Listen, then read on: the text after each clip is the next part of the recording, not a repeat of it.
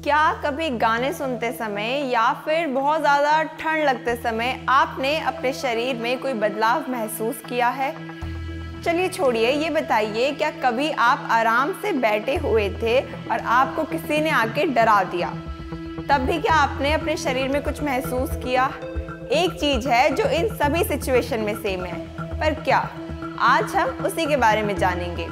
नमस्कार, मैं प्रिया सुयाल और आज का हमारा टॉपिक है गूज़बम्प्स, यानी कि रोंगटे खड़े हो जाना। हम जानेंगे कि हमारे शरीर में रोंगटे खड़े होने का क्या कारण है, ऐसा क्यों होता है। सबसे पहले बात करेंगे कि आखिर इसे गूज़बम्प्स क्यों कहा जाता है, क्योंकि ये गूस नामक पक्षी की स्किन जैसा लगता है अगर उसके पंखों को हटा दिया जाए तो। इसके पीछे के साइंटिफिक रीज़न की बात करें तो जैसा कि आप सबको पता है, हमारे शरीर में बहुत से बाल होते हैं और हर बाल के नीचे एक मसल होती है जिसका नाम एरेक्टर पिलाई मसल होता है। इस मसल के खिंचने से वहाँ की स्किन उठ जाती है और वहाँ पर मौजूद बाल खड़े हो जाते हैं, जिसे हम रोंगटे खड़े होना यानी कि गूज़बम्प्स कहते हैं।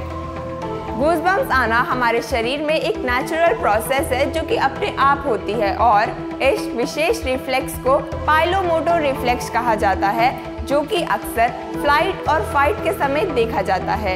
ये सिर्फ इंसानों में ही नहीं बल्कि जानवरों में भी देखा जाता है। इसके नेचुरल प्रोसेस होने के कारण से इसके हमारे शरीर में कोई नुकसान नहीं है। पर एक मिनट, क्या इसका हमारे शरीर में कोई फ़ायदा है? तो जी नहीं, अब हमारे लिए गूज़बम्प्स आना हमारे पूर्वजों से मिला एक तोहफा मात्र बन के रह गया है। पर क्या इसका मतलब हमारे पूर्वजों को इसका कोई फ़ायदा होता था? तो जी हाँ, बिल्कुल हुआ करता था। जैसा कि आप सबको पता है कि पहले के समय के लोग शारीरिक रूप से बहुत ज़्यादा बड़े हुआ करते थे और उनके शरीर में बहुत से बाल होते थे और कपड़े ना होने की वजह से वो हाफ नेकेड रहते थे, जिस वजह से उन्हें अलग अलग मौसमी बदलावों का सामना करना पड़ता था।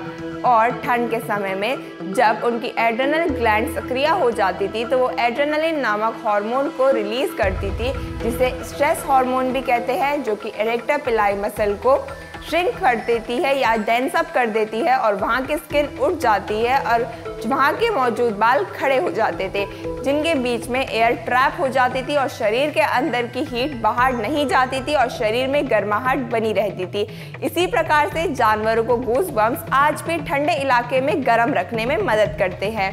आपने कबूतरों में देखा होगा कि ठंड के समय में वो अपने शरीर के बाल खड़े कर लेते हैं, जिस वजह से उनको ठंड ना लगे और उनके शरीर की गर्माहट बनी रहे। डर के या फिर खतरे के समय में जानवरों को जब गूज़बम्प्स आते हैं तो वो शारीरिक रूप से और ज़्यादा बड़े लगने लग जाते हैं और डरावने भी, जिस वजह से वो सामने वाले को, चाहे वो कोई इंसान हो या कोई जानवर जो उन पे हमला कर रहा है, उसको डरा सके और उससे बच सके। पर ऐसे भी कुछ लोग होते हैं जिनको गाने सुनते समय या फिर मूवी का कोई सीन देखते हुए गूज़बम्प्स आते हैं।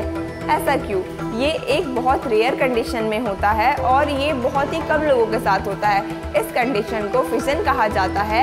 इस समय में हमारा जो ब्रेन होता है वो डोपामीन को रिलीज़ करता है, जो कि इंडिकेट करता है इमोशनल कनेक्टिविटी को। ये अपने आप होने वाली एक प्रोसेस है।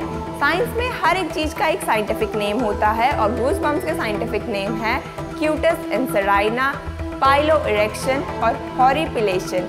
इस तमाम जानकारी आपको कैसी लगी हमें कमेंट सेक्शन में ज़रूर बताइए और जल्द मिलेंगे ऐसे ही कुछ और दिलचस्प फैक्ट के साथ। धन्यवाद।